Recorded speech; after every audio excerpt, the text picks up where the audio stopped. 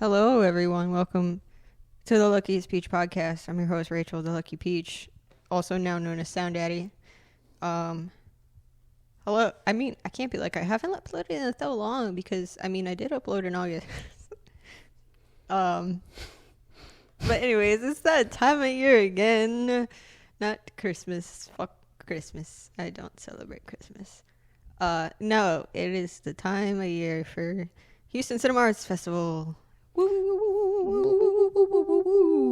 This will be the third year in a row covering as press, and also covering as press, and back for the first time in ages, partially because I don't upload.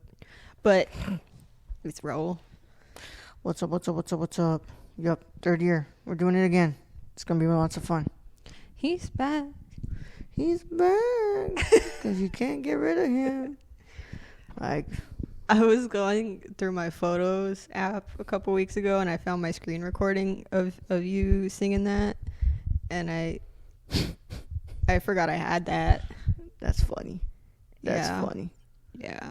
Anyways, so things that are different. First of all, HCAF is going over 2 weeks now.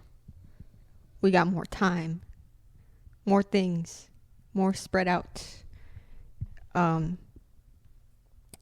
Yeah, so this year, instead of being like a week and a half, HCAF is actually 10 days.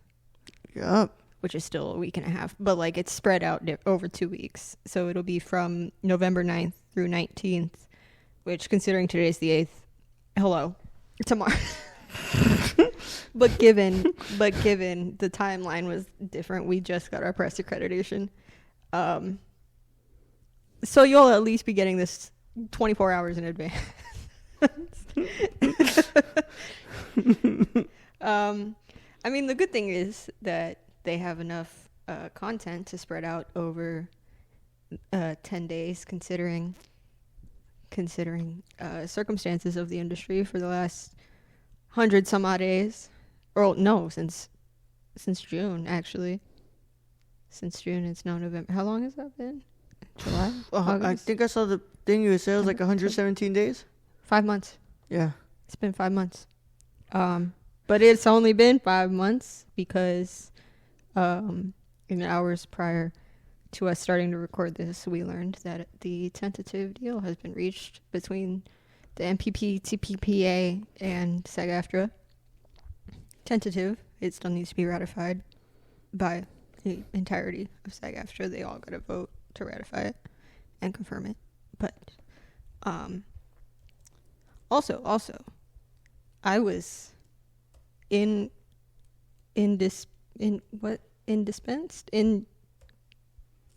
I was unavailable for like 3.5 weeks, close to a month. And I'm going to see that. I'm not going to say that me finally being available to go hang out at Valenti is the reason this happened, because I know that's not. I know Sean Astin and Fran Drescher really actually were badasses, and that's why. But today was the first day I was able to actually go visit Valenti, and Michael Grossman happened to be there, and we had a really nice conversation. So I should have seen that as a good sign. Especially because, without saying anything, because I'm not prepared to say anything at the moment, but considering I went through hell in recent times. But I will not be speaking on that just yet because it's too recent. I will eventually, probably. But not anytime soon. Yup. Yeah. Anyways, it's been a long fucking month. For me. But we have this to look forward to. Yes. It's going to be a long 2 weeks. Because not only do I have this, but I have work. I guess I haven't mentioned that on the podcast because the last episode I uploaded was just me and Marisol talking about bottoms, and I didn't really mention work at all. But in case you're new here, or in case, I don't know, I honestly can't remember. In case I didn't mention it in the bottoms episode, I did actually finally graduate college after 7 years. After 7 years, I finally made it, and I'm actually out there working. So I actually have an excuse to say why I'm busy. even though the 3 weeks prior to this past 3 weeks, I was out of work for 3 weeks. But that's not my fault. No one was just giving me jobs. Yup. But the good sign is I'm working my way up because today I got like a last minute call for a job. So that's just oh yeah, we are also joined by special guests. My favorite Formula One race driver, Nola, and our favorite communist, Maya. You will be hearing that. No, I will not be editing it. We are also joined in presence by Raúl's brother. Listen, this would have been done in a contained environment if I had not had an hour-long conversation with Michael Grossman earlier, and if I had not gotten that last-minute call for a job. So, I'm not sorry. Yep. Money talks. Mm-hmm. Anyways, so yeah, let's HCAF is happening. Hi, if you're new here, I'm Rachel. I have severe ADD. I don't know how to. And I'm looking here at what I don't do or don't have. Oh, I don't even remember. I just booked things, I even wanna on days know. that I know I'm busy. Yeah, I went and I pretty much like, what's it called? Did everything I could get. But I also want to know why some of these, it says like, oh, this pass can't get this. Like, what do you mean this pass can't get this? Yeah, there was one of them's at 7 and the other one's at 9. Yeah. And I booked the 7 one, and then it was like, no, you can't book this one because it happens at the same time. I was like, I know that's not true. Yeah. But there was another day where I did the same thing, but in reverse, and it let me book both of them. So I don't know. Yeah, like this one, like I booked in that other one, I booked the 9 o'clock one first, yeah. and then I booked the 7 one, and it still let me. I don't know. Maybe it's a glitch. I think so. And you might want to have to what's it called? Email Rachel about that. Yes. Shout out to Rachel. Shout out to Rachel. Rachel Acosta for hooking us up, bestie. They have. This is their second year as I don't remember their actual position. Coordinator. Outreach coordinator? Yeah, I think so. Shout out to them. They're amazing. They always give us updates and get us into these things. Makes this a lot more easier than it is. Yeah, it really is. So let's talk about it, I guess. So tomorrow, November 9th. Hold on, I have to burp. I'm sorry. I didn't want to do that into the microphone. Listen, as a sound person, I've heard enough, and I know that being a sound person is not for the faint of heart, so I'm not going to subject casual audience members to that. Yeah. Knowing that I have to hear everything. Which is funny. At the job I did today, one of the people I had mic'd up, he was like, you're going to want to have to like edit when I took the mic off of him at the end of the shoot, he was like, you're going to want to edit all of that because I said some things. And I was like, dude, I've heard it. I've heard people pee. It's no big deal. And like, I know he was trying to make a joke, but I'm so used to hearing that joke that I'm just like, dude, I'm going to stop you right now. I've heard people pee. It's fine. And peeing, honestly, doesn't faze me. There's other noises that I would rather not hear over that. I don't give a shit. But yeah, anyways, I'm sorry if you're going to if I ever mic you in the future and you try to make a joke about, oh, I'm sorry, I said some things, I'm going to be like, dude, I'm immediately going to shut the joke down because I'm not going to, it's not that I don't think it's funny, it's that heard everything. I've quite literally heard everything, so it kind of isn't a joke. Just like how when people ask me if the boom pole is heavy isn't a joke anymore because I know for a fact it's not. It's only a pound. It's a singular pound. I don't know how many for the non-Americans. I don't know how many grams that is. Yeah. Anyways, so tomorrow is opening night at, I'm not going to say the times. But yeah, tomorrow is opening night party. This is a new thing. They're doing more at the Deluxe Theater this year. I don't know the history about Deluxe Theater or any of that, so I can't speak on it, but it's just a new location, basically. It's a new spot. New That's in spot that we've been to a few times. Oh no, I'm thinking of Match. It's in Third Ward, right? Yeah, it's in. Yeah. I think it's in Third. It's or the East End or Midtown. When I see it tomorrow, it'll confirm. But I think I might have been to this one. Oh no, it is in Third Ward. Yeah. Yeah. I have never been to Deluxe, and yet I still mix it up. I still mix it up with Match, Yeah. even though Match is the only one we've been to. You good? Who is it? What is that? Did you get a package? Yeah. Is it Jeff Bezos? It's Jeff Bezos. It's Bezos. Damn. Sorry about that. No, it's okay. What book is it? Is it Britney Spears' book? Oh, I've heard of that book. I almost bought it the other day, but I didn't. I just forgot they were coming in right now. You're like, damn. Anyways, yes, hello. Let's see if she grunts for us. Sorry, one more tangent so that y'all can probably hear Nola grunt. I heard it. Yeah. Not the grocery.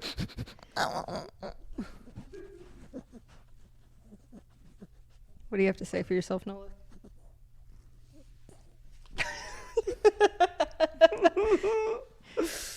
Anyways, yeah, so that's the opening night party. There's really there's food and drinks and people hang out. It's basically a mixer of sorts.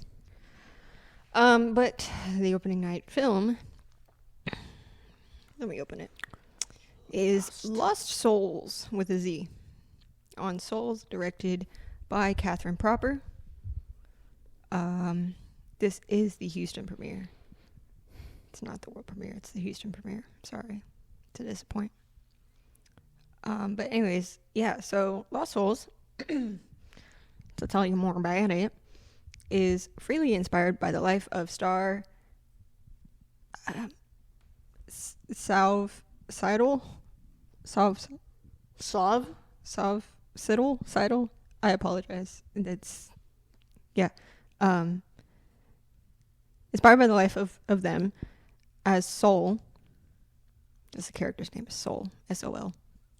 An aspiring young rapper whose entry to the world of SoundCloud rappers and Instagram clout includes a once-in-a-lifetime invitation to join a crew on a bumpy road trip through the vast landscapes of Texas on the way to fulfill their dreams of making it in LA. But as the guilt of his past comes to roost, he begins to question all that he knows of himself and the game in this heady blend of lo-fi hip-hop and improvisational energy. With Lost Souls, director Catherine Proper has crafted a freewheeling paean to youthful ambition, friendship, and, of course, music. Take note, this is how you drop the mic. Featuring Aaron Malul, Malachi Manson, Alexander Brackney, Crystal Poppin, Torin Ambrose, and Micro TDH. This screening is also featuring a Q&A session with filmmaker Catherine Proper and cast members Sove Seidel, I'm sorry, and Torin Ambrose. The Q&A session will also be followed by performances by the both of them. Ooh. Yeah. So that is tomorrow night after the opening night party. And then immediately after that, well, about an hour after that screening ends is an encore screening with the same things. Same stuff. How you feel about it? I'm excited. I love when I don't know anything about these movies, and I love hip hop, and it's the first movie of the festival, so I'm excited. Yeah. You wanna take Friday? Sure. On Friday we have at Going Varsity in Mariachi.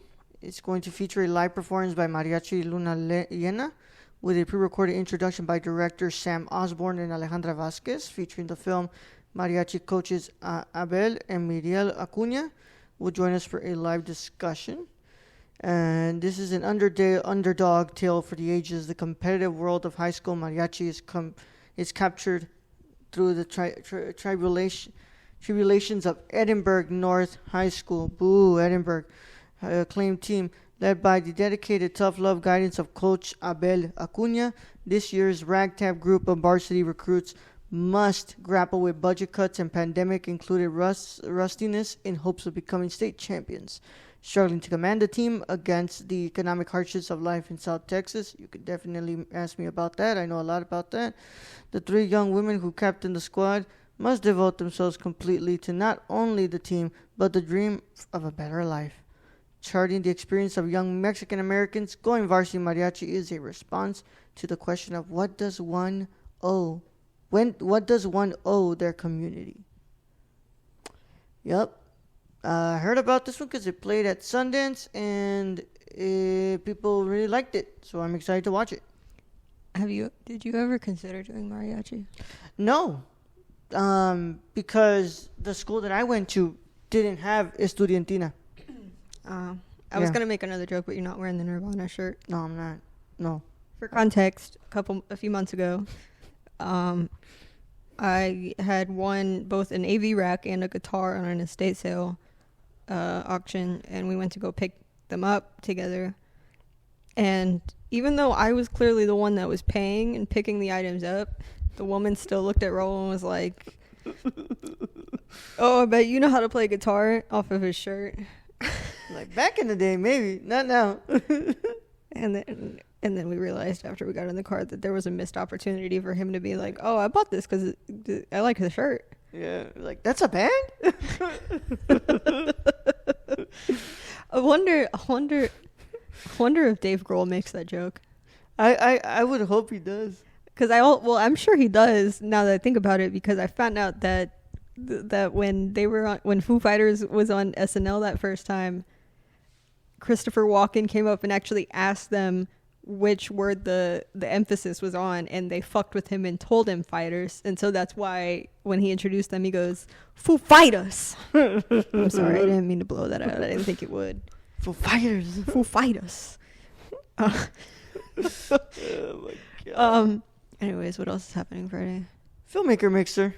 After the film, it looks like it'll be right after the film. So a nice little Filmmaker Mixer, free for y'all who are out there who want to come and hang out for that. So it's free. And, never heard of the place that it's at. I haven't either. Sounds like a movie. Yeah, it's under the volcano. Sounds like a movie or like an album by like some indie band. Yeah, some bass in it though. That sounds. You know what? No, that sounds like a 30 Seconds to Mars album name. Yeah. Anyways, on Saturday, I forgot to mention the 10th is my best friend Avery's birthday. Happy birthday, Avery. Even though he's probably not going to listen to this. Yeah, my dad won't listen to this either. Oh yeah, it's also your dad's birthday too. Yeah. I always forget that. Anyways, Saturday, November 11th, is Veterans Day. It's also Leonardo DiCaprio's birthday. Don't ask why I remember that. I used to be a really big fan. Anyways, I just thought of something, so I need to Wikipedia it, but as I'm doing that. But on Saturday, we have AEIOU, A Quick Alphabet of Love, directed by Nicolette Krebitz. It's a German film. It's in French and German, but it originates from Germany. Following her controversial and unsettlingly seductive Wild, director-writer Nicolette Krebitz returns with an equally, if not more, subversive take on love and the human desire for connection. A playful look at romance and the curious bonds of the heart, the film jumps off at a chance encounter between an aging actress, played by Sophie Roy, and a young mugger, played by Milan Hearns, and follows the pair as they fall in love in what is surely one of the most thoroughly unexpected romantic comedies in recent memory. Co-starring the legendary cult star Udo Kier. That name sounds familiar. Oh, he was in Swan Song. That's why. Forgot I saw that. Was that last year? Or the year before? Swan Song? Yeah, I can't remember. I know it played at HCAF. Because I remember seeing it. No. It was nominated for a Spirit Award. Yeah. I'm getting it mixed. I was like, I don't think I played this song. The whole like late fall and early winter blends together to me, and I forget. Yeah. Also, it's gonna be at everybody's favorite cinema. I'll be looking at the screen like.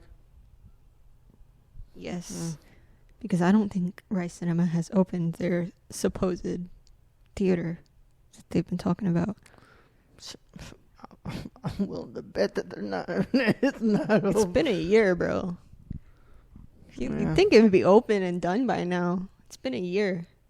Yup. I think the last thing we saw there was Sick of Myself. Sick of Myself, right? Yeah. Yeah, because Tar was a few months before. Yeah. You're so right. it's literally been a fucking year. Jesus Christ, man. I don't know. Only reason I haven't been there in recent months is because I hate it. Yeah. It's too loud in there. And it's too loud. It's a lecture hall. It's quite literally a lecture hall. So, anyways, also on Saturday is Art College 1994 by director Liu Jian. It is from China and the language is Mandarin. When China was opening to the West, they were opening their minds to James Joyce and Kurt Cobain.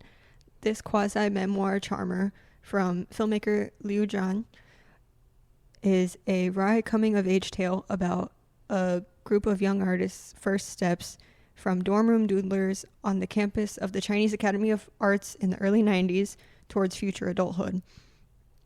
Featuring the stellar voice talents of a Chinese who's who, including Mountains Made to Part breakout Dong Zijian, viral rock sensation Red Key. I don't know. I'm sorry. And directors Jia Zhangqi and Bygone. I don't know. Art College 1994 is a look at slackers facing now and forever. It is also an animated film, by the way. Yeah, I was about to say. I'm annoyed because I'm working on Saturday and I want to see both of those movies. Yeah. But I probably can't. I don't know. I'll take that up with Kelvin. Specifically Kelvin, even though it's John's movie. Yeah. It's like I'm glad that what I do is the onset photography, so it's like I can go there for a little bit and dip to the HCAF. Thanks, fuck you. Yep. Anyways, also on Saturday is a workshop from short to feature Catherine Proper Masterclass. Filmmaker Catherine Proper describes her journey making short films and how it led to and informed her feature debut film Lost Souls. She will cover many aspects of indie filmmaking, including writing, casting, stretching a low budget, working with first-time actors, and submitting to film festivals. So fun. You know, this is the part where, you know, I went to UT Austin. Yeah. Where I wish they could let me, book 2 tickets, because I'm pretty sure it's going to go a little bit more than an hour, so. I mean, if it's listed as 2 hours.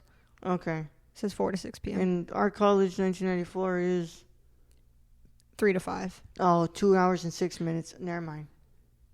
Yeah, there's no way that you fucking make it. Yeah. Well, shit. Oh well. Anyways, finally on Saturday we have Going to Mars, the Nikki Giovanni project, directed by Joe Brewster and Michelle Stevenson. It is the Houston premiere of it. It's an American film. I just confused myself. Inspired by the radical wit of vision. What? Inspired by the radical wit and vision of Nikki Giovanni, one of America's greatest living poets, orators, and social commentators, Going to Mars, the Nikki Giovanni project is a transcendent work of imagination beginning. First, in the present day, the work hopscotches across scores of archival images to illustrate the complex nature of the artist's mind. A truly vivid image of Black liberation in thought and spirit, directors Joe Brewster and Michelle Stevenson have crafted an impressionistic patchwork of American history, personal memories, and observations as variegated. I didn't know that was a word. Almost as like the soul. Criterion, bro. as the soul of Giovanni herself, winner of the 2023 Sundance Grand Jury Prize. Damn. I'm trying not to talk about the verbiage in this just because we know the people that work at Houston Cinema Arts Society, but like I didn't know these words existed. And it's hurting my brain. Yup. Anyways, what's happening on Sunday? Sunday's gonna be a packed one. We've got Q, and it's a virtual discussion with director Jude Chebab. An intimate and haunting portrayal of a quest for forgiveness and acceptance at any cost. Secretive matriarchal religious order in Lebanon on the 3 generations of women in the Chebab family. Filmmaker Jude Chebab potently documents the unspoken ties and consequences of loyalty that have bonded her mother, grandmother, and herself to the mysterious organization. A masterful portrait of the toll that decades of unrequited love, lost hope, abuse, and despair take on a person.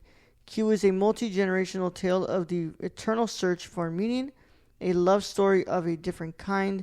The complexities of unseen power intermesh the lives of those who love a woman whose heart is in the hands of someone else. That is courtesy of Jude Chebab, by the way. Yeah. Cool. An hour and 31 minutes in Arabic and in English, and it's a co-production between Lebanon and the United States. Nice. I don't know anything about this movie, but the name sounded vaguely familiar to me. It raised my eyebrows because of the guy from Impractical Jokers Q. That's literally it. But yeah, looks good. I'm interested. Then you have a mobile filmmaking with Bart Wise, and that one's not free. So it's free for students. Students, okay. You can get in for free for students. If you are a student and you would like to go to that, email boxoffice@cinemahtx.org to reserve a spot. There's also free street parking and free parking in the lot on weekends at the location. Yes. And then we have Nigeria's official selection for the Best International category at the Oscars, Mami Wata. Woo, woo. Yeah, situated oceanside, the small village of Ai is home to lore of Mami Wata, the omnipotent water deity who offers her protection. Deity, who offers her protection and good fortune to faithful followers. Amongst the most devoted is priestess and anointed intermediary Mama Efe, played by Rita Edochie, who passes along the gifts of the Almighty Goddess, and thus, along with her daughter Zinwe, played by Uzuamaka Anwo, and protege Prisa, played by Evelyn Ili Juhan, enjoys a higher status amongst the villagers. That is until the death of a young boy and the arrival of a mysterious man called Jasper, played by Emeke Amakaze. Sorry, I gotta zoomed in, so I gotta go ahead and just move this thing here. Begins to sow doubt in the existence of the goddess and provide the explosive ammunition for a violent revolt. Winner of the Special Jury Award in World Cinema Dramatic for cinematography at the 2023 Sundance Film Festival, and only the 3rd ever Oscar submission for Nigeria. Wow, I didn't know that. Yeah, CJ Fiery Obasi's monochromatic wonder is a breathtaking modern fable of faith in the face of progress. Yep. I want to book well, this is on Sunday, so there's a chance I wouldn't even be able to make it. Yeah. And I wanted to book it, but the film that's screening after it starts during the screening of Mami Wata. Yeah. And because we met, or at least I met and had conversations with the director of the next screening at the Houston Media Conference, I have a little bit of bias. Yeah, I had to get this one just because it's the submission. So I always try to get the submissions. I try to review all the submissions that I can get to. I didn't even look at that. Yeah. I just saw the next film and was like, hey, I know her and I want to support her. And it's in Fawn and the West African pidgin English. And yeah, pigeon. Pigeon, okay. West African pigeon. West African pidgin English. Yeah. So my physics teacher in high school spoke pigeon. Nice. She was white. But she was in the Peace Corps with her husband, that's why. We also have Anna and Mia, a special preview screening, followed by a Q&A with filmmaker Fatima Hai. Two lonely girls form a strong bond over their shared obsession with anorexia and bulimia, causing them to sink deeper and deeper into a delusional world based on their demented friendship. 90 minutes, okay? And it's in English? Yeah, again, I'm working that Sunday, and I don't know that I'll be able to go to it. But I met Fatima at the Houston Media Conference and talked to her quite a bit. So I kind of hope I can. I feel like maybe you'll be able to ask for like a little screener or something. Maybe. Probably. Yeah, we do follow each other on Instagram. Yeah. Home. Short film is accompanied by performance by Core Dance, co-presented by Frame Dance. This is literally the description, y'all. Home/body, body/earth, earth/home. Ecology, from the Greek oikos of house and logia, or the study of, denoting the study of the relationship between organisms in the house of life. Home embodies universes of thought and feeling, huddled together in a finite space. Home, the entwined vision and collaboration of Adam Larson and Sue Schroeder exists within a metaphorical context connecting the foundations of human existence. Home, the body, and nature, as inextricably linked, and acts as a record of a search for truth and the native beauty of reality. Our relationship to the earth and one another are experienced viscerally through the integration of nature, architecture, story, and the moving body through film. Illustrated as a large arc, our story stretches between finding and losing oneself, reflections on the places we call home, with an emphasis on nature and human nature. And I'm not going to go ahead and go through the rest, but it's a good amount of detail here. It's a very long description. Yeah, Raúl was not laughing about the movie. We were just no. I just showed him something funny. Yeah. Yeah. So it doesn't even give you like amount of time that the movie is like. It doesn't give you a runtime. It doesn't give you a runtime, bro. The schedule is for 5:30 to 7:30, but it's also followed by a performance. But yeah, no, there's no runtime for the movie itself. Yeah. Oh shit, there isn't. Yeah. All right. And then the last one of the night is The Hurricanes. And this is going to be followed by a Q&A with Olivia Kwan. Oh my God. That is not me saying that you have what's it called? Making fun of your name. It's just, it's going to be hard for me to pronounce this. You need help? Basia? Hasla Cuvis. I don't know. Billy Cooper. That's the best I could do phonetically. And Jeffrey Garner. Director Olivia Kwan scores a touchdown with this riveting look at the Houston Hurricanes. Relatively unknown, theirs is a tale of grit in the face of adversity as part of the first women's full tackle football league in the 1970s. Facing public ridicule and indifference, they took their hits on and off the field, and along the way learned to find support in one another. While theirs is an untold story until now, the courage and commitment they showed reverberates to this day. A steering crowd pleaser, the winner of the Documentary Spotlight Award at the 2023 South by Southwest Film and TV Festival, will uplift and inspire you to not only take what life throws at you, but throw it right back. I'm sure women's American football still exists. like legitimately like this, but I don't know, because to my knowledge, the only women's American football I know of is the one that's basically a hot contest.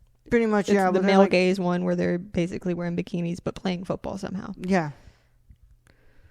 Yeah, that's the only one that I've heard of. Yeah. Which, how does that work safety-wise? That can be safe. It's I mean, not American safe. football in general is not safe. It's one of the most dangerous. It's more dangerous than rugby because of all the padding. Simply, not because of the padding itself, but because of how hard they hit each other, because they're like, oh, you're padded. I can fucking body slam you. And then next thing you know, someone's got fucking... CTE. Yeah. Yeah. Yeah, I didn't know that there was a whole ass, like, actual league. Like, I know about the WNBA. I know about the women's soccer, but I do not know. It probably caused controversy because it was just an actual football league for women, not something for the male gaze where they could be sexualized. Because that's usually where it comes from.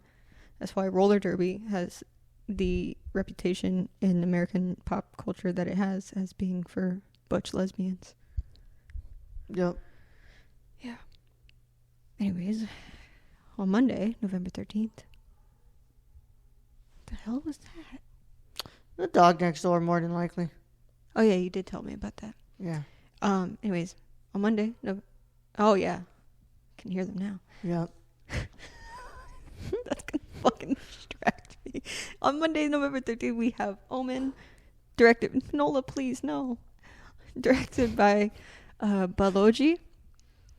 Is I said Omen. I already said the title. Anyways, facing accusations of witchcraft and sorcery, 4 individuals must make peace with the demands, tradition, and family make on the soul. Congolese Belgian rapper turned filmmaker Baloji casts a spell with his beguiling blend of mounting surrealism set against an African phantasmagoria in this tale of a Belgian man, Kofi, played by Mark Zinga, who must return home. I've heard of is marred by repudiation and suspicion. The official Belgian entry to the 2024 Best International Picture Oscar race, this Cannes Uncertain Regard title and winner of Cannes New Vision Award, announces the arrival of a major filmmaking talent. This is the Texas premiere of the film, but the film comes from Belgium, and the languages are French, Swahili, and Lingala. It's 90 minutes. This movie that he was in is one of the ones that's available through the Genius Contemporaries line. It's coming out this week during the sale this month. Tori and Lokita. I was like, I was like, why does that look familiar? And that name did sound familiar. Yeah. I would have said that, but I got distracted because there's some typos. Yeah. Yeah. Also, if you are a student, you can get a ticket to this film at a discounted price of $5. So if you would like to get in on that offer, please contact box office at cinemahdx.org. Yep. And then on Tuesday, you got Borders, No Borders narrative section. And here, I'll read you what Borders, No Borders is, and then I'll let you know what the movies are. See if maybe some of these aren't going to be too long. But yeah. Borders, No Borders invites the residents of Texas, Arkansas, Oklahoma, Louisiana, New Mexico, and Mexico, as well as filmmakers with meaningful ties to these areas to submit narrative and documentary short films. The winners for Best Narrative Short Film and Best Documentary Short Film will each be awarded a prize of $1,000. There will be 2 additional jury prizes of $500, selected by a panel of jurors consisting of filmmakers, critics, and programmers. This year's Border No Borders Shorts program brings together stories of forgotten and rewritten history, moments of critical potential, energy, and those left behind. They examine those who cross borders, those that dwell on what it would mean, and those who can't. This program will be followed by a panel discussion with the filmmakers, moderated by Michael D. Robinson. Um, and the first one we have here is When You Left Me on the Boulevard. Teenager Lai and her cousins get high before a boisterous family Thanksgiving at their auntie's house in southeast San Diego in 2006. Between two lights, a boy and a girl wander the field during their courtship. During their time together, the girl narrates her memories of her grandmother. The way Nola's looking at me is making me laugh. As the narration goes on, the memories of her grandmother melts with the presence. Silt, a botanist grieving the death of a beloved aunt, travels alone to northern Mexico, where she is nourished by images of the last trip they took together, traversing the Colorado River. Dressed, a former bride-to-be attempts to sell her wedding dress. The Sidewalk Artist. Oh, I watched this one. This one was good. Manuel Portillo has been making imprints in concrete for years. Many consider it art, but to him it's simply part of his work. Pouring concrete for driveways and sidewalks, locals hold a variety of opinions on his craft, but when the average passerby sees his prints, they just assume it was a child, an animal, or an accident. Eclipsis, a recently discovered monarch butterfly subspecies. Oh my God, the Naus plexipus. Yeah, you take this one. Yeah. Which one is it? Eclipsis. Eclipsis. Where were you? Danaus. Oh, Danaus plexipus eclipsis. Possesses strange toxins in its scales that cause powerful sensorial alterations in its predators, intertwining vivid colors and textures of microscopic footage with the sway of the human body. Eclipsis is a sci-fi speculation of what would happen to human beings if they came across the Eclipsis butterfly in the midst of our painful world. My 2 years of Latin paying off. That's right. Over the causeway, a young musician spends her last day on Galveston Island, grappling with her decision to leave the only place she's ever known. Rest Stop, a young Ugandan American girl gains a new understanding of her family and her place in the world as she travels with her mother and brother from New York to Oklahoma in this richly textured drama by Crystal Kayitza. And that's it. That's all the ones for Border No Borders narrative. And then after that, you have Mr. Jimmy. Oh, during the same time, showing at the deluxe, you have Mr. Jimmy. And Mr. Jimmy, 35 years. That is how long Akio Sakurai has dedicated to honoring idol Jimmy Page. From his teenage awakening in rural Japan to the bright lights of Tokyo nightclubs, Akio gets the lead out in vivid, perfect note-for-note concert recreations until an encounter with the real Jimmy Page changes his life forever. Leaving behind his salaryman existence for a move to LA to join Led Zeppelin, he discovers the crossover between fandom and rock stardom has more bumps than anticipated as cultures clash and the lines between dream and reality blur. As any true fan will tell you, devotion knows no bounds. Okay. And then you have the weird and wonderful world of industrial musicians. Musicals, sorry. Deezle Dazzle get to investigate silicones. The bathrooms are coming. Welcome to the bonkers, the alternate universe of industrial musical theater. Presented by Letterman and Simpsons writer Steve Young.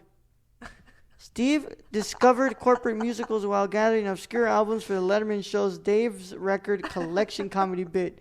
Years later, Steve is the world's authority on the bizarrely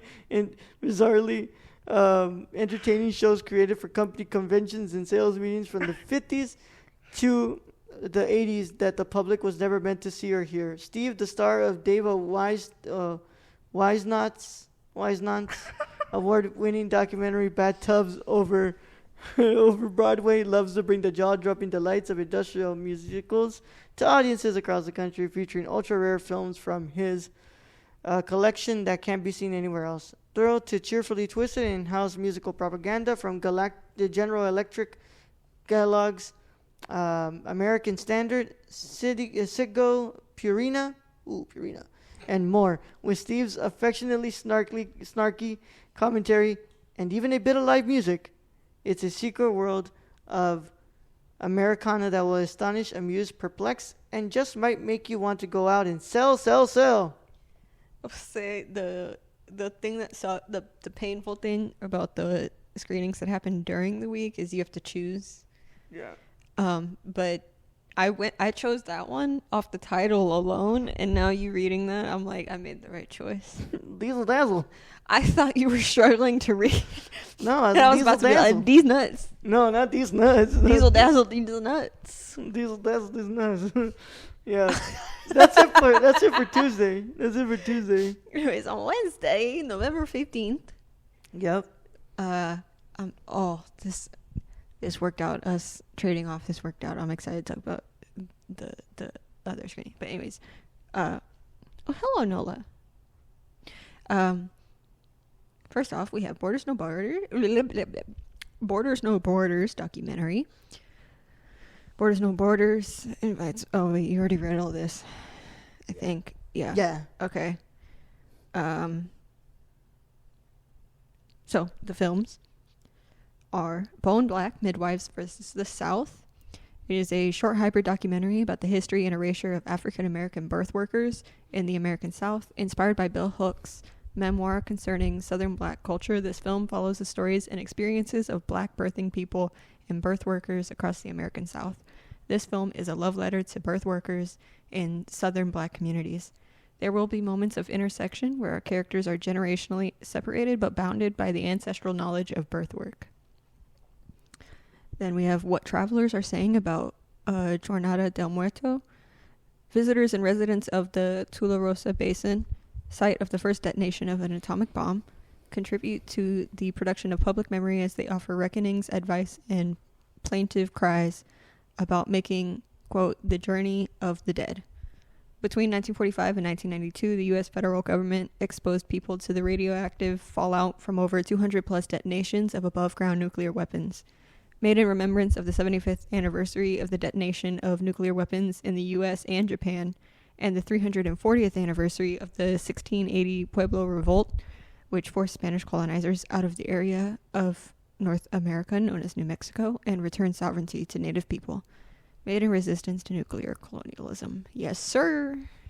Yes, sir. In case you're wondering, that's why John Wayne died.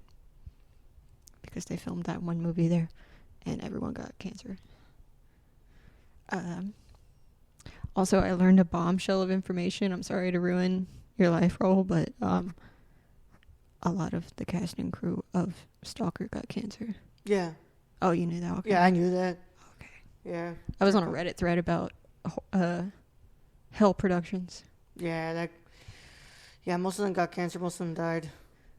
Yeah. It eventually took Tarkovsky's life, too. And yeah. Anyways, next film is What We Don't Talk About. Hi, I have ADD, and I just move on. Because my brain tells me to. Anyways, the next movie is What We Don't Talk About. What We Don't Talk About unpacks gendered familial tensions in the moments leading up to a wedding. Then we have Cowgirl. Hailing from a long line of cowboys and cowgirls, Krishan Adair has paved her own way in the rodeo world as both a competitor and a rodeo host. We follow her and her daughter, a barrel racing duo, as they prepare for an upcoming competition. Cowgirl is an observational short doc that seeks to explore an often overlooked demographic of rodeo goers, that of Black Americans, the first cowboys and cowgirls of this country. Through the lens of a mother-daughter barrel racer duo, this film will focus on what it means to be a modern cowgirl, the importance of preserving Black rodeos, and debunking the myth of the cowboy or cowgirl that we have historically seen in media. Shot over a 4-day window, the film follows Krishana Dare and her family as they prepare for an upcoming rodeo, a rodeo that Krishan is also hosting. A slice-of-life film, Cowgirl offers a glance into this vivid and captivating rodeo world. Then we have To Go Away and Come Back. While a mother is in intensive care with little hope of survival, her son is on another continent without the possibility of seeing her.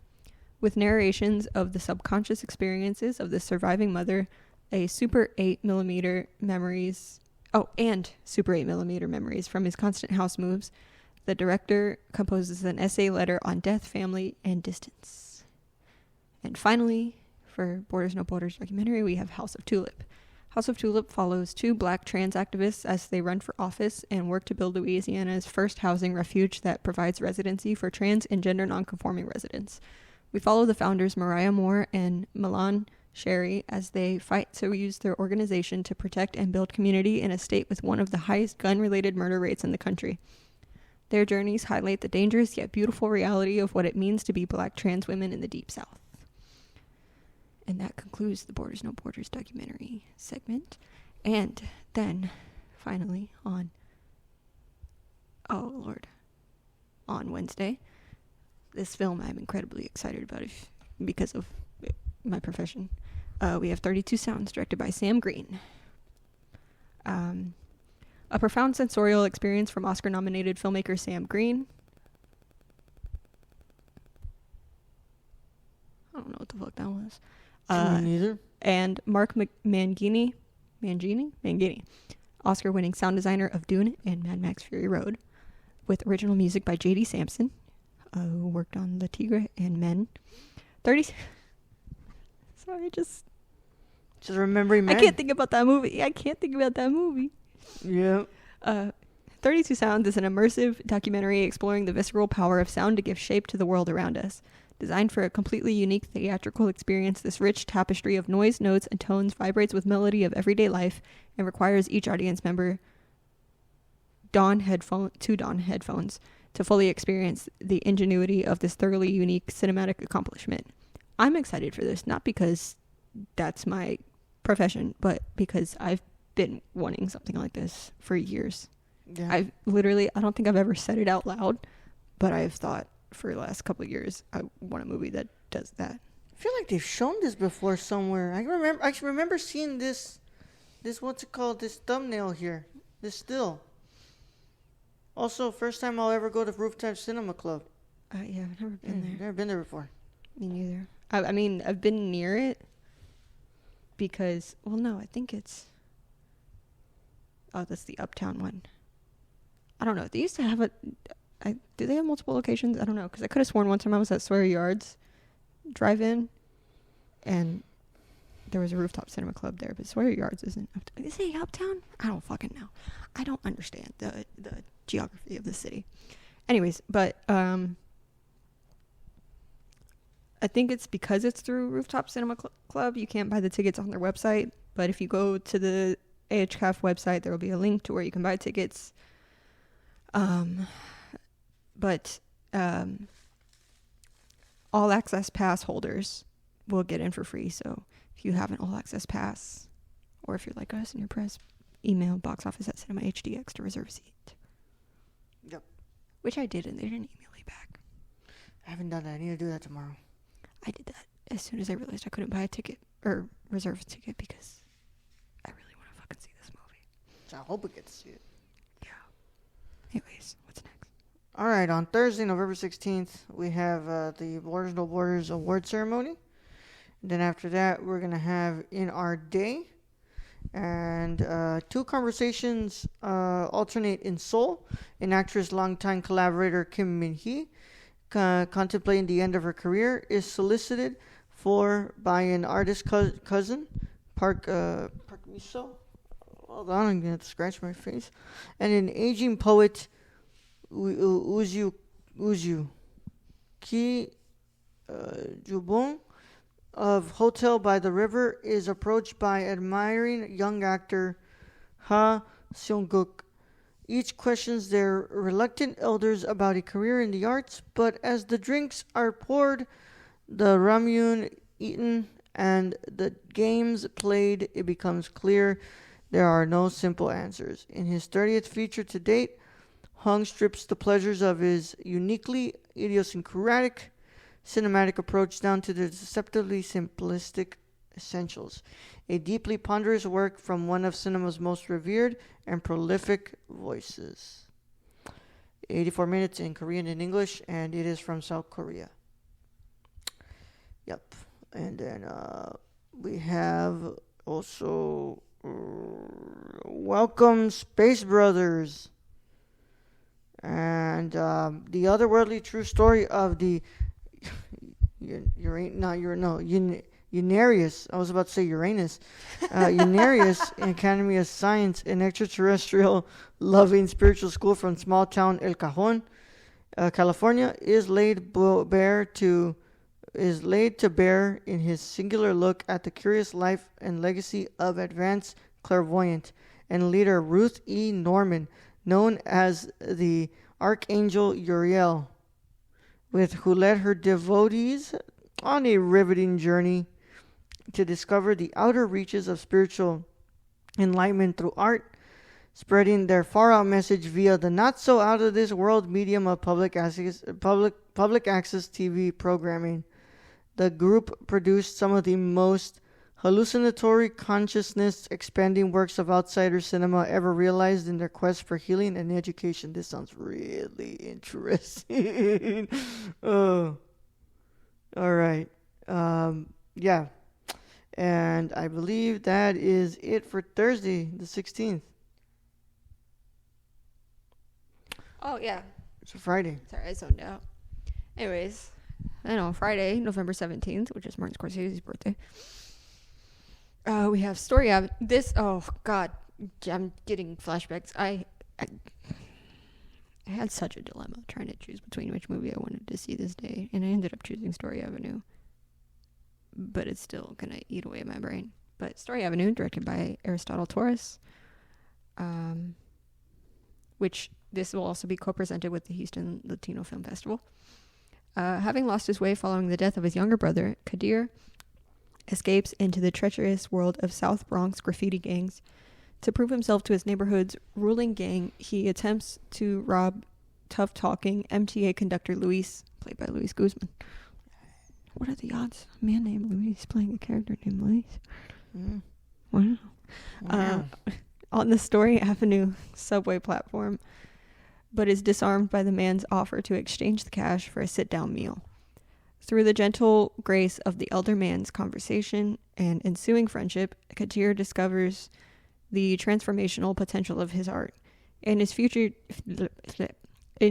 debut, this eloquent and grounded portrait of life in the South Bronx announces Aristotle Torres as a major talent to watch. Yeah. It's in English. It's 94 minutes. And then this movie is the reason that this is the other reason that I had a fucking dilemma. It's called Unearthed, directed by Kendrick Scott.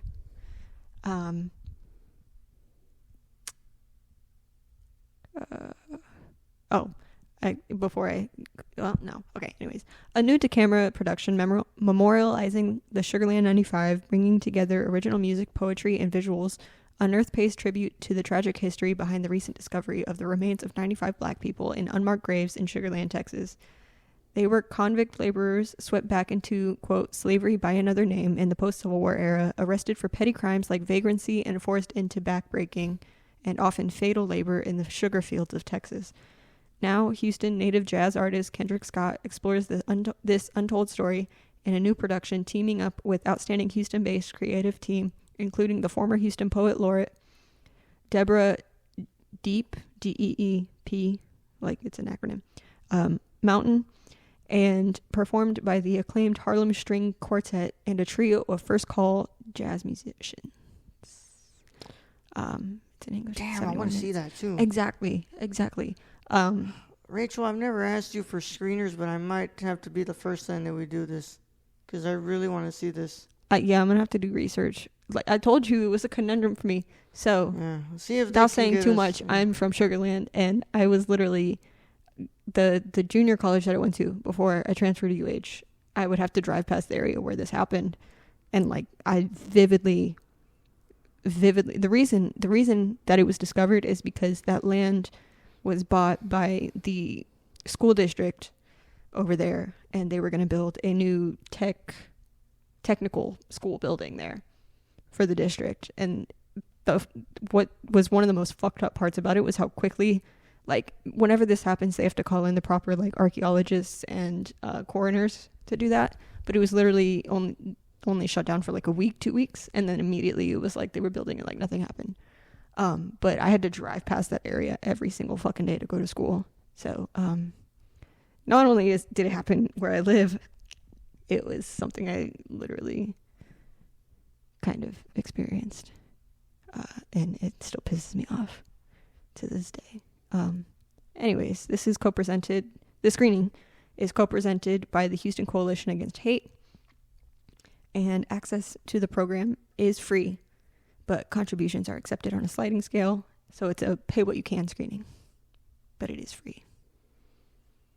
And then finally on November 17th we have 25th anniversary screening of Wes Anderson's Rushmore. Y'all already know about that. Yeah. In a 25th anniversary class reunion that you won't want to miss, HCAF is thrilled to present Rushmore. Legendary auteur and Houston native Wes Anderson's breakout success was shot right here. No way. In partnership with Friends of River Oaks Theater, we're bringing it on home on Friday, November 17th to celebrate this milestone at St. John's School, the main shooting location for Rushmore itself. You know, this would be cooler if the man himself would actually give a shit about the city that he is from. Yeah, if he would be pulling up, huh? Wes Anderson abandoned us, so this is really, I could care less. But I do care about Friends of River Oaks Theater. Do check them out, because we need to bring that shit back. Yeah. I miss it. On Saturday, November 18th, we have breaking the news. This is a long one, y'all, so I'm only going to read a little bit here. But Emily Rainshaw and Amanda Zamora wanted to do something radical about the white men dominating newsrooms. 70% of policy and politics editors are men. Almost all of them are white, says Emily. These are the people deciding which stories are told, who is telling them, and whether they will be on the front page or the back page, if they get there at all. So Emily and Amanda, along with editor-at-large Erin Haynes, and a scrappy group of fearless women and LGBTQ plus journalists band together to buck the status quo and launch the 19th, a digital news startup named after the 19th Amendment, which gave women the right to vote, but with an asterisk to acknowledge the black women and women of color who were omitted. The 19th's work is guided every day by the asterisk asking who is being omitted from the story and how they can be included. It's followed by a conversation with Chelsea Hernandez. And the next one is where am I again? Right here. Filmmaker Masterclass with Lucy Kier. And then you have Family Portrait. And it's followed by Q&A with filmmaker Lucy Kier and the cast and crew. Gathering for their annual family portrait at the dawn of the COVID pandemic, a Texan clan's attempts to sit for a photograph are foiled by a missing matriarch and her disturbed daughter, the ever-mesmerizing Dara Campbell. In her feature-length debut, director-writer Lucy Kier renders a series of chiaroscuro contrasts into a disquieting study of a cracked family image, enigmatic, unnerving, elusive, nary an adjective on this side of spellbinding would be a perfect fit. 78-minute song, okay. Who's in the cast that's going to be here? Oh, it's Rachel Alleg. Okay. Cool. Is that Family Portrait.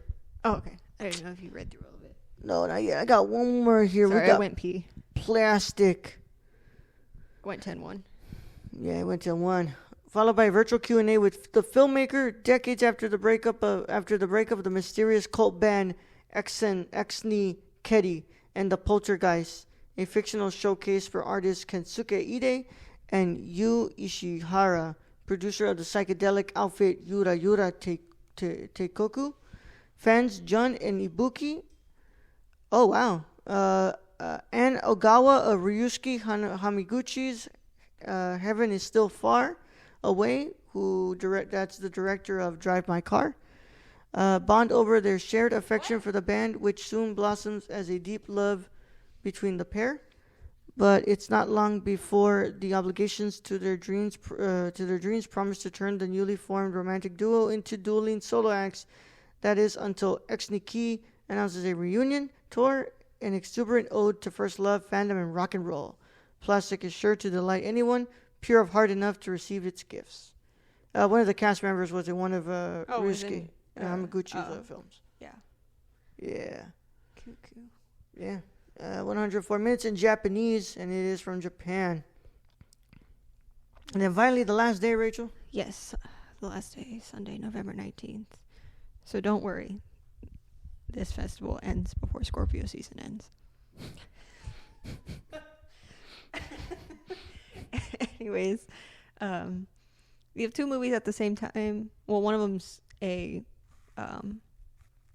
collection, I guess. Yeah. But first we have The Proposal by director Jill McGrid and produced by Laura Poitras, which if I'm correct, I feel like we saw one of her. Oh, didn't she make All of Beauty and the Bloodshed? And the Bloodshed? Didn't she? Who? Laura Poitras? The name sounds so The familiar. director of The Proposal? No, she's an executive producer. Oh. I will check that while you go ahead and read this. Okay, anyways. This, known as the artist among architects, Luis Barragan. I'm sorry, I can't roll R's. But it's 2 R's in his last name. I just can't do that. My mouth won't do that sound. It is among the world's most celebrated architects of the 20th century.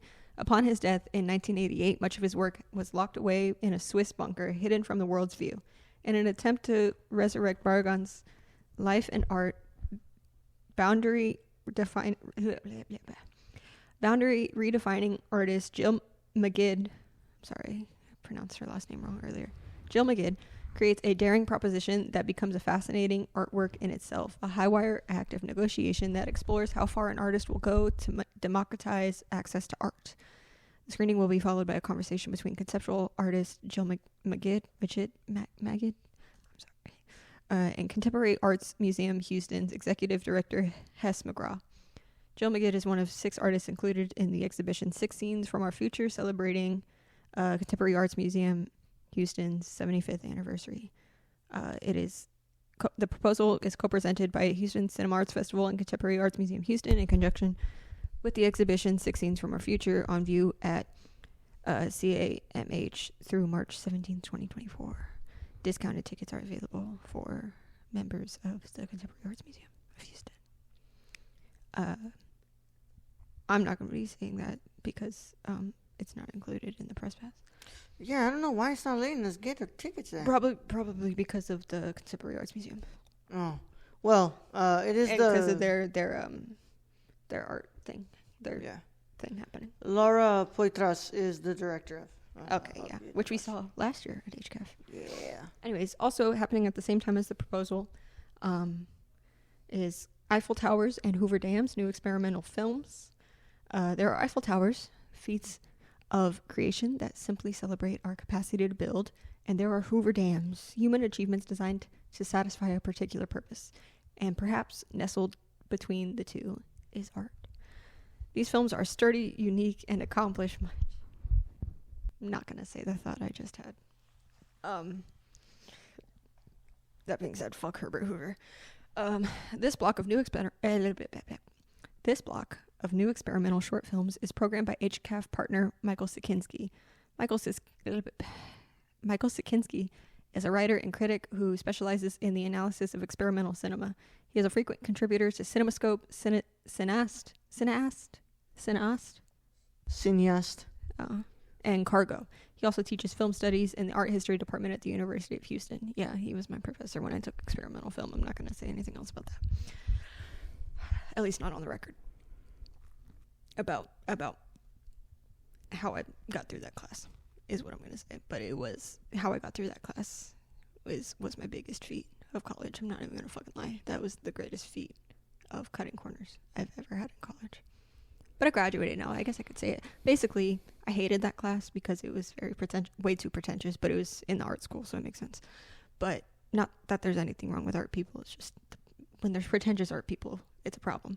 But it was a very pretentious class, and I did not like it. And a lot of the films that we watched in that class were the kind that just kind of used like really jarring and repetitive noises. And it was, to me, I'm like, that's just more like you're trying to give me a migraine type of thing. But what, to each their own. But basically the final project, like our final exam grade was either make your own experimental film or a research paper. And I made my own from random clips I took at the zoo because my group for a different class for Valenti went to the zoo because we were doing ENG/EFP natural sounds package where it was just we record stuff and then just use the sound that's in it. I had other clips that I had taken that day because I was at the fucking zoo and I wasn't not going to just record animals. And I just mashed that together and basically submitted a montage of animal videos as my final project. And it was supposed to be 5 minutes long. And I had like 20 seconds remaining. I didn't have enough footage. And so that last 20 seconds is filled with a still image of a bald eagle with just words, there is no planet B. And Professor Kinski, if you're listening to this, which you probably aren't, I did that on purpose so that I could, because I wanted to play into the hands of pretentious art people, and it worked because he gave me an A and said he absolutely loved it. And my artist statement was full of bullshit too. I was just making up words. I wasn't making up words, but that's the most bullshit I've ever written into a essay of my life. But no, that is my peak moment of being a lazy college student, was that I somehow got 100 on that. Basically, it was a satire project for me, at least. Anyways, but the films, that story has nothing to do with the films or anything at all. I enjoy experimental film myself, but to an extent, it's objective, as is everything. But the films actually are Light, Noise, Smoke, and Light, Noise, Smoke. The visual shows the alternation of the shots of fireworks filmed at a summer festival in Japan, producing a distinctive yet organic rhythm, as well as a gap in time between the visual and sound, both of which are produced by the photographic images on the 16mm film strip. Then we have Vincent Gallo or Gallo? Vincent Gallo's sperm. Yeah. Vincent Gallo's sperm appropriates the Vincent Gallo's personal services page where he sells sex and his sperm to white patrons only. The piece is an exercise in the speech act of white cis male power and how easily it is overlooked when spoken by a man, but how quickly sinister said speech act becomes when enacted and performed by my body.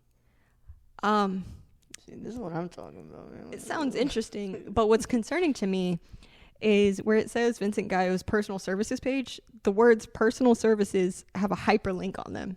Yeah, I'm scared to. On it. Okay, I'm scared too. What does this actually take you to his page?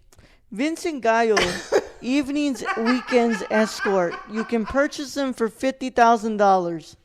Wish, dream, or fantasy with Vincent Gallo, ladies only.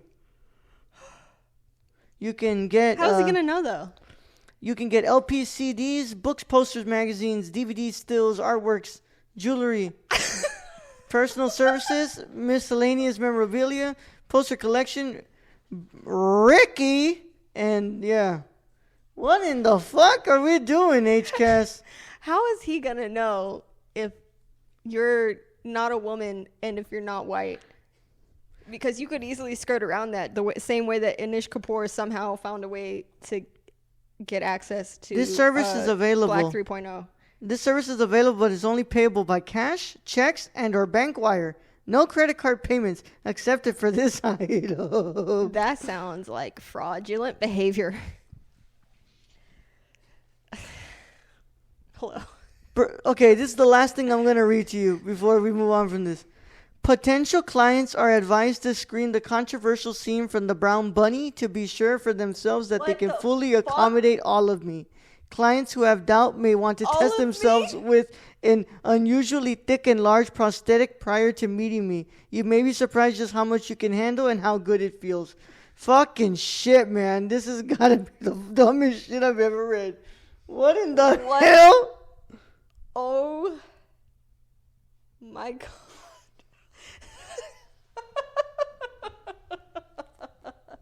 Damn, I wonder how much he charges for an interview. I mean, you might as well try it, but you're not white, so I don't know if it'll go well. Yeah. Yeah. You might receive hate response. Yeah. I feel like you should try it, though.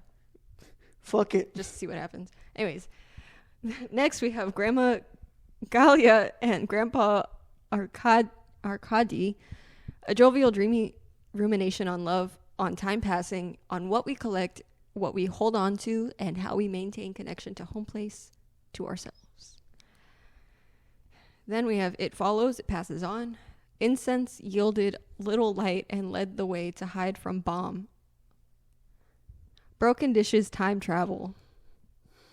Imaginations of a post-war island, kinmen from familial anecdotes. These pauses are either periods or commas. I'm not just pausing. It's all good. It's written in here. No, I'm making sure to note that this is actually how it's written, the way that I'm saying it.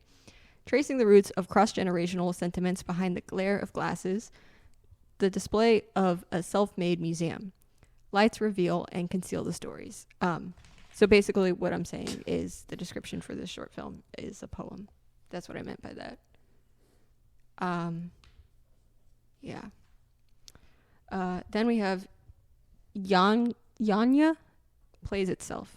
An ode to the memories of El Aliso, the sycamore tree that once stood at the center of Yanya, the indigenous Gabrielino village that Los Angeles grew out from. All elements sourced in the film are from the original site and the nearby Los Angeles River. Then we have Lion in the Wind. This cameraless emulsion lift film was made from a discarded 35mm reel of Once Upon a Time in China and America, a Hong Kong martial arts western featuring Jet Li as a kung fu master who loses his memory and fights bandits and windmills as he makes his journey to Chinatown. Then we have Color Negative, guesstimating the impact of artist film across private airlines of the Kardashian Jenners. Guesstimating the impact of artist film across private airlines of the Kardashian Jenners. Film turns facts into flicker. Hand processed color negative film. Also notes there is a flicker warning. Then we have Slow Shift. Langurs contemplate their world as it changes around them. In Slow Shift, humans, animals, music, and rock are entangled in dialogue. The film is shot in Hampi, India, in the remains of a 14th century city that is also a World Heritage Site in the state of Karnataka. This city, strewn with ancient ruins and massive boulders, some of the oldest in the world, is also said to be the mythic monkey kingdom of ancient lore. Currently, the site is overrun with langurs, a genus of old world monkeys native to the subcontinent. The film playfully interrogates various intersections between ancient and geological timescales, the real and mythic, the lived and preserved, and human and animal. And then finally, we have Labyrinth Sequences. Shot in and around the Labyrinth d'Horta in Barcelona, the film charts several journeys into the garden in search of its center, where a statue of Eros awaits. As the film navigates the maze's false pathways, its recursive structure begins to crack and a mysterious underworld floods its gates. That was a lot. I apologize that it took me so long to read that. All of that. My brain is not made to read poetry in the form of a film description. If it was in stanzas, it would have been easier for me. Then, finally, on Sunday, November 19th, is the crux of the whole festival that happens every year that I have not been able to attend once, and that I will hopefully finally be able to attend, is Cinespace. This is a thing that HCAF does every single year. In 2021, it was, I believe the whole thing is in collaboration with NASA, with Space Center Houston. And it takes place at the Orange Show. So first we have The Explorer. By the way, this is a collection of shorts related to like space and space travel. So yeah, first we have The Explorer. As the first Asian American astronaut, Ellison Onizuka ventured from his humble beginnings on the coffee field of Kona, Hawaii, and dared to journey into the unknown. With the unveiling of 2 new murals in Little Tokyo, the film explores Onizuka's enduring impact as he continues to inspire exploration and the boundless potential of human aspiration. Then we have The Winged Dream. In the 1969 Soviet Union, a group of young friends takes on a daring mission to secretly stream the Apollo 11 moon landing. Oh, yeah, I forgot the Cold War was happening then. I was like, what do you mean secretly stream? I forgot the Cold War was happening then. That's why. It makes sense. Yeah. Sorry, I'm stupid. No, I was just like, Anyways, the film follows Hike, a talented but self-doubting engineer, as he invents a special machine to access the U.S. broadcast, testing his skills and determination. So the first VPN. Pretty much. Then I'm excited for this one. Very excited for this one. Yeah. Is Cass, starring our friend Angie. Friend and collaborator and co-star of Roles Before I Leave. Angie Sandoval. Yes, Queen. A young girl is secretly sent aboard the Cassini spacecraft to observe and report findings on Titan, Saturn's largest moon. After being abandoned on the distant moon with her AI companion, she endeavors to return to Earth and discovers the meaning of home along the way. Then we have exclamation mark. The title of the film is literally an exclamation mark. An original short film that explores the important contemporary issues in an unpredictable way. It is a follow-up to the film Sleep and is dedicated to the defenders of Ukraine. Fuck yeah. The film is from Ukraine. Then we have Moon Landing Memories. American citizens from all walks of life reflect on watching the Apollo 11 moon landing live on television in July 1969. Then we have Humans on Board. NASA pushes the boundaries of deep space exploration with the first crewed mission to the moon in more than 50 years. Oh yeah, that just happened. That did just happen. Yeah. Anyways, when will we start actually trying to fucking explore the oceans that we have? We don't even know anything about our own planet, and yet we're trying to find others. Then we have The Universe Within. No, not The Universe Within. It's just called Universe Within. The tale of an old blind man capable of grasping the connections between all things in the universe. His past exploring space and being an astronaut aided him in crafting his metaphorical allusion to love and his affection for his family. Next is The Way of the Wind. Mae Jemison is the first African-American astronaut. She is a very ambitious woman who is not only a scientist, but also an artist. Our short film talks about how art and science can be correlated and how one person can accomplish so much in an environment that wasn't supposed to lead her where she is right now. The short approaches few key moments in her life that made her who she is today. Next, we have Sounds of Earth. NASA planned to send a vinyl record to space with greetings in 55 languages and songs in the world. After the band Glue's concert didn't go as planned, the vocalist steps in and decides to send their vinyl to space instead of NASA's original plan. I mean, it's fine. They ended up getting the Helena Project, where they sent every recorded sound in history up to that point into space. Yeah. Whenever that happened. I think it was called the Helena Project or something like that. Anyways. Next we have Our Dream. 3 kids have the dream of space travel. Through hard work, they build their own spacecraft and travel through the stars. And then finally, we are ending Cinespace and HCAF with The Falling Feline. We know that cats always land on their feet, even when they fall upside down. This simple observation is still the subject of scientific debate. The solution to the problem may be found at the border between arts and sciences. God damn it. I need to know what I need to watch this one. Yep. I want to find out about how cats land on their feet. I need to know. And also, why is that still something that's debated? I don't know. I'm just, I went ahead and I browsed what's it called? Vincent Giles' Wikipedia page. Man's is still kicking at 60. He has a Wikipedia page? Yeah, at 64 years old, that man. Holy shit. That man is still selling his dick, you know? He sucks his own dick? No, I said at 64, he's still selling his selling. own. Yeah. For $50,000, though, man. I don't know how many God. clients you're getting. But, yeah. Yeah. Anyways, Yeah. also, it's important. I feel like I should note that Orange Show is an art exhibition place. It's always free. So CineSpace is free for the people because Orange Show is free. But I'm pretty sure CineSpace would be free regardless because I think in 2021 they actually held it at NASA at Space Center Houston. It was free then. Never had the chance to go to CineSpace, so hopefully we can go to this one. I almost went last year, but they were having the filmmaker mixer at the same time. Yeah. So I went to that and did not mix because I ended up spending the entire event with our friend Hania. Yeah. Well, I'm excited for this year. Lots of good movies to watch. Yeah. I like how I started this by being like, yeah, it's longer, more shit. And now I'm like, we've been talking for like an hour and a half. Yeah. And I'm also looking like, damn, bro. Most of these Thursdays, I'm going to have to switch to the mornings. Trying to go see these movies. Tuesdays, too, man. Holy crap. Yeah. Well. Anyways. Looking forward to 32 Sounds. Yep. Deezle Dazzle.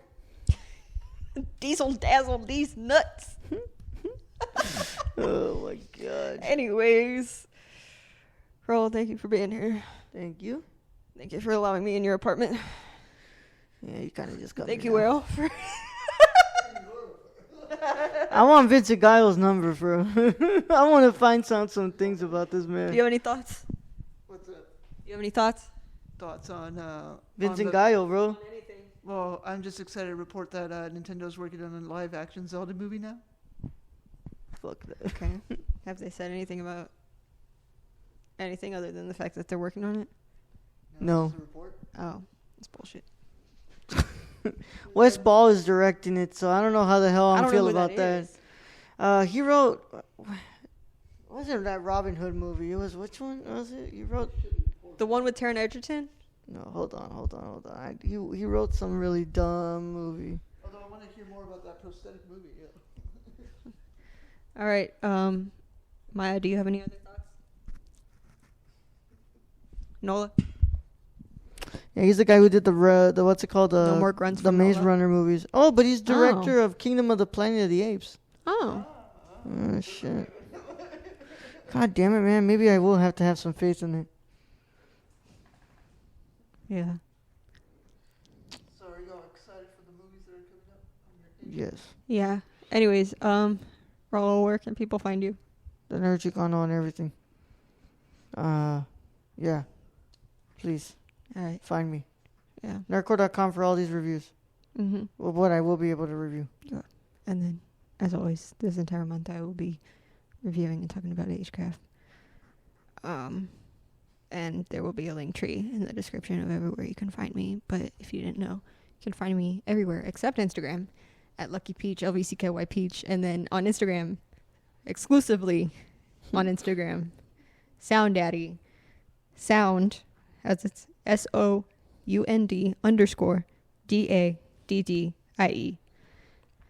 Bro, West Thank Ball you doesn't even you to director Chris Rodriguez for helping me come up with that. Dude, West Ball doesn't even have a freaking letterbox description, bro. Damn. And he did all the Maze Runners. Yeah, I will say the best way you're going to be able to follow us on what we're watching and everything is on Letterboxd. Yeah. So follow us on Letterboxd. But yeah, thank you for listening to the Luckiest Peach. See y'all for the next episode talking about HCAF. I still don't have a plan on how I'm gonna divvy this up, but I will work on it. But thank you. See y'all next week. Stay peachy. Yeah.